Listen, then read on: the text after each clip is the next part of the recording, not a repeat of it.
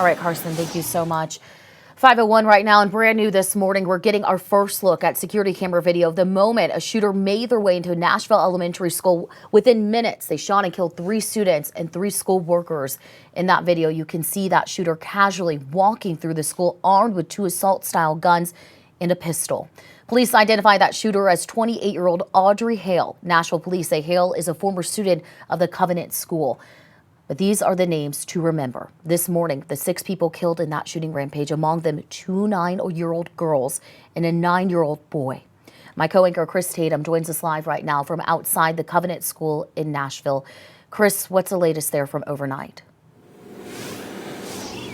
Well, that is the driveway you see right over there to the Covenant School. That police car has been there all night, guarding entrance to that school, and inside that school all night. Police officers have been combing it for clues, any shred of evidence that might help them understand why this woman walked into this school, why she killed 3 students and 3 staff members. Investigators say even when police arrived here yesterday, shortly after 10 in the morning, that shooter was already inside the school and was shooting at them as they arrived. Now, they rushed into the school, they say. They began immediately getting children to safety on the first floor, but they heard more gunshots on the second floor. They rushed to the second floor, encountered that shooter, shot and killed her. But by then it was too late for, of course, those 3 children and those 3 adults she had already shot. Investigators also right now combing that shooter's house for any evidence they can find there. And Nashville's police chief says what they have already uncovered makes it very clear to them this was a calculated, carefully planned killing rampage. We have a manifesto, we have some writings that we're going over that pertain to this day, the actual incident. We have a map drawn out of how this was all going to take place. There's right now a theory of that we may be able to talk about later, but it's not confirmed.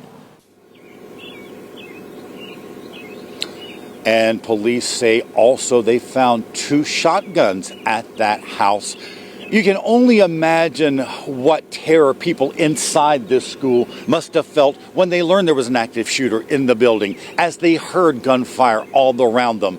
One woman whose mom is a teacher at this school says she cannot shake the horror she felt when her mom called her from where she was hunkering down, hoping that killer wouldn't find her. She said she was hiding in the closet and that there was shooting all over and that they had potentially tried to get into her room, and just that she loved us and that they could just hear shooting all over the school.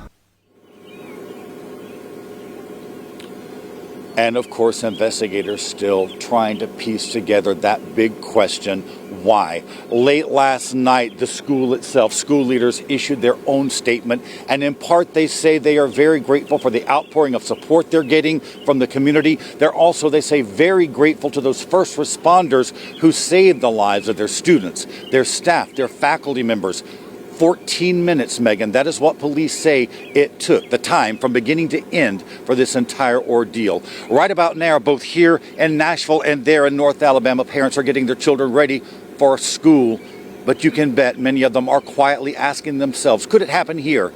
Could I one day send my children to school and them not come home like these 3 children here in Nashville yesterday, Megan?